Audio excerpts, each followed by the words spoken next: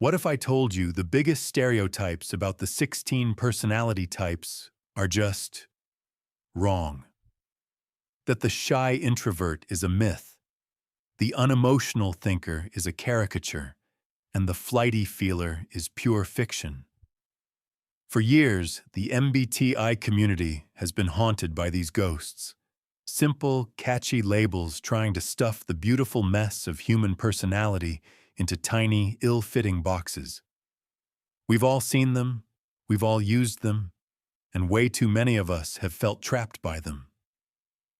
You know who I'm talking about. The organized judger who loves a spontaneous road trip. The logical thinker who cries at sappy commercials. The quiet introvert who can absolutely command a room. These aren't the exceptions to the rule. They are the rule. So today, the courtroom is in session. We are putting these stereotypes on trial. First, we'll act as the prosecution and lay out the charges, the most common, most persistent, and most misleading cliches. Then, we'll be the defense, and using the system's own rulebook, the cognitive functions, we'll tear those claims down one by one. Our mission is to find the truth hidden under the labels. And by the end, after all the evidence is heard, I'm going to reveal the one personality type that consistently, almost systematically, breaks all the rules. The one type that stands as the ultimate exception, the grandmaster of defying expectations. The trial begins now. Let's hear the prosecution's opening statement. The charges are simple, that the 16 types can be boiled down to a handful of predictable, often unflattering, behaviors. These stereotypes have spread so far, they're often mistaken for fact. They're the reason you get an eye roll when you mention you're an INFP, or a knowing nod when you say you're an ESTJ. Today we drag these stereotypes into the light. Charge number 1. The introvert is antisocial and shy. First to the stand, the introvert. The prosecution's picture is clear. This is the person at the party in the corner, petting the dog, just waiting for the right moment to ghost everyone. They're defined by a supposed lack of social skills, human connection, and the ability to speak up without turning beet red. Their natural habitat is a dark room, lit only by a screen, surrounded by books and silence. They are shy. They are awkward. They are loners. Social events are their personal kryptonite, draining their life force until they need 3 to 5 business days to recover from a single brunch. The stereotype insists introversion is a social deficiency, a bug that needs to be fixed. They're just passive observers in a world built for the loud and the bold. Charge number 2. The extrovert is a shallow, attention-seeking socialite. Next up, the extrovert. According to the prosecution, they're a walking, talking exclamation point, incapable of being alone. Their greatest fear? A quiet room with no one to talk to. The stereotype claims extroverts are social butterflies with the emotional depth of a puddle. Their conversations are small talk. Their interests are fleeting, and their energy is a fire hose with no one holding it. They are loud, boisterous, and terrified of introspection because they spend all their time in the outer world, flitting from one party to another. They are seen as inherently shallow, incapable of the deep thought that is supposedly exclusive to introverts.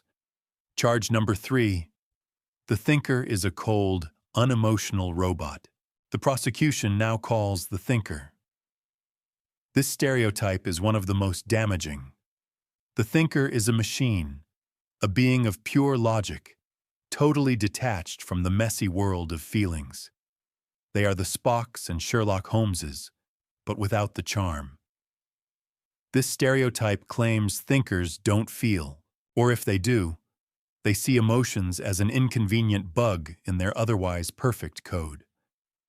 They're brutally honest to the point of cruelty. delivering truth bombs with no regard for collateral damage.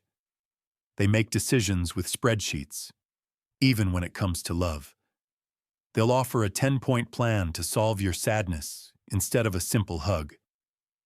They're seen as cold, calculating, and lacking empathy. Their motto is, "Facts don't care about your feelings," and by extension, neither do they. Charge number 4. The feeler is an irrational, overly emotional wreck. In stark contrast, the feeler. The prosecution argues this type is just as dysfunctional. The feeler is a walking nerve ending, incapable of making a logical decision to save their life. They are ruled by the whims of their heart, which changes direction more often than the wind. They are irrational, hysterical, and take everything personally. You can't give them constructive criticism without them dissolving into tears. The caricature of the feeler is someone who bases all life choices on a vague gut feeling. They are seen as weak and unreliable, too busy feeling everything all the time at maximum volume. Charge number 5. The censor is a boring, unimaginative traditionalist. The prosecution now turns to the censor. This person is painted as the most boring human you'll ever meet, a creature of habit and tradition, completely devoid of imagination. Their world is the here and now, the tangible, the what is. They are utterly uninterested in what if. The stereotype insists censors are the people who follow rules without question, live by their to-do lists, and find deep comfort in the mundane. Their idea of a good time is balancing a checkbook or organizing a spice rack. They are seen as followers, not innovators. They're the solid, dependable bedrock of society, but also rigid, unchanging, and utterly uninspired. Charge number 6. The intuitive is a head-in-the-clouds, impractical dreamer. And finally, the intuitive. The prosecution presents the intuitive as the quintessential head-in-the-clouds type. Brilliant, sure, but in a way that's completely useless in the real world. They live in a world of theories and abstract concepts but can't remember where they put their keys. The stereotype claims intuitives are allergic to details and the present moment. They're always thinking about the future, the grand scheme of things, while completely neglecting the practical realities of life. They are the brilliant professors who can explain quantum physics, but can't assemble IKEA furniture. They are full of amazing ideas they never, ever act on. They are flighty, scattered, and unreliable. These are the charges. 6 caricatures that are neat, simple, and all profoundly wrong. It's time for the defense. Ladies and gentlemen of the jury, the prosecution has shown us a gallery of caricatures. They're entertaining, maybe even a little relatable, but they're built on a total misunderstanding. The defense will now show that the very system these labels come from, the cognitive functions, is actually the key to breaking free of them. The truth isn't in the letters, it's in what they represent. The MBTI isn't a measure of your skills or character. It measures your preferences. It's about your default settings, not your only settings. Let's blow this case wide open, starting with introverts and extroverts. The core misunderstanding is that this is about shyness versus sociability. It's not. It's about energy. Extroverts gain energy from interacting with the outer world. They're charged up by social interaction and activity. Introverts gain energy from their inner world of thoughts and ideas. They're drained by too much external stimulation and need solitude to recharge. This has nothing to do with social skill. An introvert can be a charismatic public speaker. The difference is, after the speech, they'll need to go home and be alone to feel like themselves again. Think of it like a battery. The extrovert has a solar panel, and the introvert has a rechargeable battery that plugs into the wall of their inner world. Next, the thinker and the feeler. This is maybe the most harmful stereotype, creating a fake war between logic and emotion. This isn't about whether you have emotions. A thinker without emotions isn't a personality type. They're a psychopath. This preference is about how you prefer to make decisions. Thinkers prefer to decide based on objective logic and principles. They step outside the situation to ask, what is the most logical choice? This doesn't mean they don't have feelings. They just choose to prioritize the logical framework. Feelers prefer to decide based on subjective values and the impact on people. They step into the situation to ask, what is the most harmonious choice? This doesn't mean they're illogical. They just believe the human element is the most important data to consider. A logically perfect decision that creates chaos is, to a feeler, a bad decision. Now for the sensor and the intuitive. The stereotype is that one is boring and the other is a useless dreamer. Again, a total misunderstanding. This is about what kind of information you naturally notice. Sensors are tuned into the information from their 5 senses. They are focused on the concrete, tangible, here and now. This isn't a lack of imagination. It's a preference for what's real and verifiable. Many of the world's greatest artists, chefs, and athletes are sensors. They are masters of the physical world. Intuitives are tuned into the world of patterns, possibilities, and abstract connections. They are focused on the what if and the big picture. This doesn't make them impractical. It just means their focus is different. They are the visionaries who can see the whole forest from a bird's eye view. One isn't better than the other. They are 2 complementary ways of seeing the world. Finally, a quick word on judging and perceiving. Judging doesn't mean being judgmental. Perceiving doesn't mean being perceptive. This is simply about how you prefer to live in the outer world. Judgers prefer a planned, organized, structured life. They feel at peace when things are decided. Perceivers prefer a flexible, spontaneous life that's open to new information. They feel at peace when they have freedom and options. That's it. Structure versus spontaneity. The prosecution's case is a house of cards. Now that we've debunked the general charges, let's call some specific types to the stand. We've established the stereotypes are flawed. Now let's get specific. Some types are such frequent victims, they've become poster children for these myths. First up, the INFP. The stereotype is of the dreamy, overly emotional, impractical idealist, lost in a fantasy world. They're painted as fragile, passive, and perpetually sad. But let's look closer. The INFP is led by introverted feeling, FI. This isn't just having feelings. It's a deep, complex, internal value system. An INFP's world is built around intensely held personal beliefs. When one of those values is threatened, the supposedly passive INFP can transform. They can become warriors. The INFP who sees an injustice doesn't just sit and feel sad. They are often driven to take action. They can be activists, advocates, and champions for the underdog. Their idealism isn't a weakness.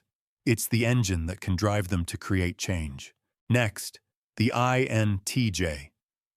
The charge: a cold, arrogant, calculating mastermind. They're depicted as socially inept geniuses who care more about systems than people.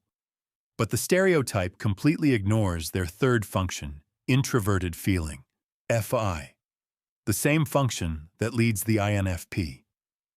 For the INTJ, it's not dominant, but it represents their private world of values and loyalties. While they may not express these feelings openly, they can be incredibly deep. An INTJ's loyalty, once earned, is often absolute. They can be incredibly warm and devoted to the few people they let into their inner circle.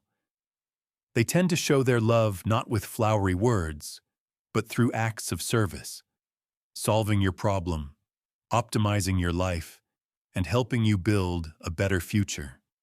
The cold robot stereotype misses the rich and often surprisingly tender inner world of the INTJ. Our final suspect is the ESFJ.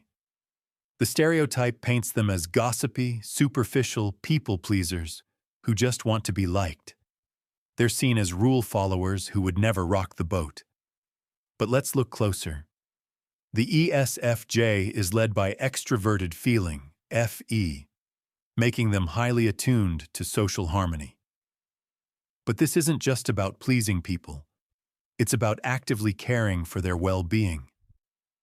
A healthy ESFJ isn't just a follower of norms. They are often the creators and guardians of healthy communities, and they can be fierce when the well-being of their people is threatened. An ESFJ who sees a friend being mistreated won't just sit back to keep the peace. They can become a ferocious advocate.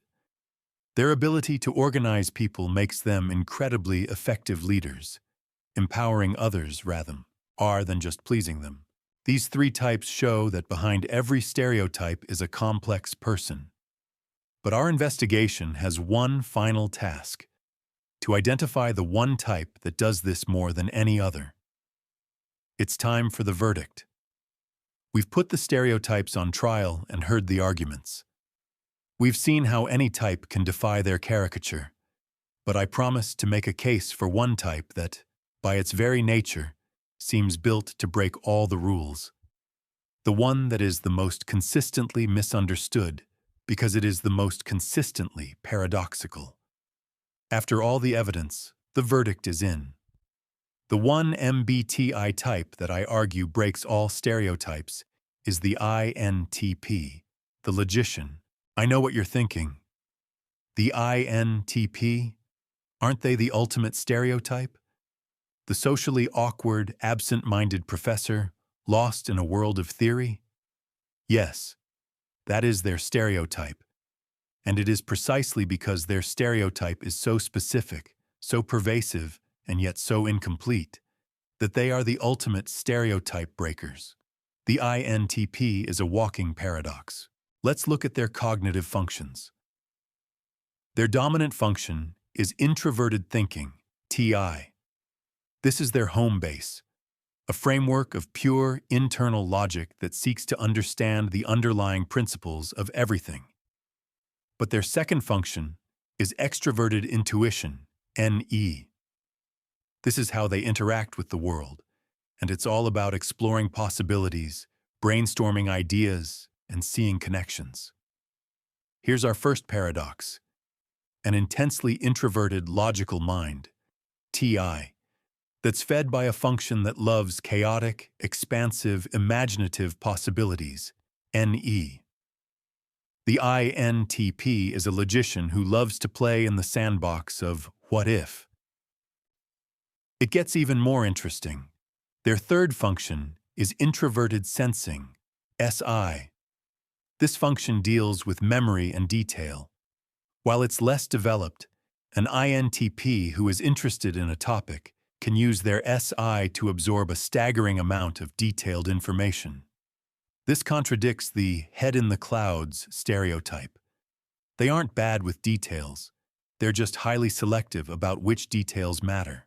And finally, their greatest paradox, the inferior function, extroverted feeling, FE. This is the function of social harmony and connection. For the INTP, this is their blind spot, the source of the socially awkward robot stereotype. But an inferior function isn't absent, it's aspirational. Many INTP, especially as they mature, have a deep, hidden desire to connect with people and find their place. They can be surprisingly warm, charming, and funny when they're comfortable. The INTP who surprises you with a moment of profound emotional insight is an INTP breaking their primary stereotype. They aren't unemotional robots. They're logicians secretly learning to speak the language of the heart. So why the INTP? Because they are living proof that personality is a dynamic process. They are introverts who explore the outer world of ideas. They are thinkers who can be wildly imaginative. They are intuitives who can become masters of detail. And they are logicians who secretly aspire to human connection. The INTP is the ultimate stereotype breaker because their entire cognitive makeup is a bundle of contradictions. The trial is over. The verdict is in. While every type defies easy labels, my case is that the INTP stands out as a master of breaking the mold. Their paradoxical nature is a powerful reminder of the central message here. You are more than your stereotype. The MBTI can be a fantastic tool for self-understanding, a map, not a cage. The 4 letters don't define you. They just offer a clue as to how you're wired. The most interesting parts of your personality are the ones that don't fit neatly in the box. The real one type that breaks all stereotypes is the individual. It's you. Now, I want to hear from you. The jury is dismissed, and the floor is open. Do you agree with the verdict? Is the INTP the ultimate stereotype breaker? Or is there another type you think fits the bill better?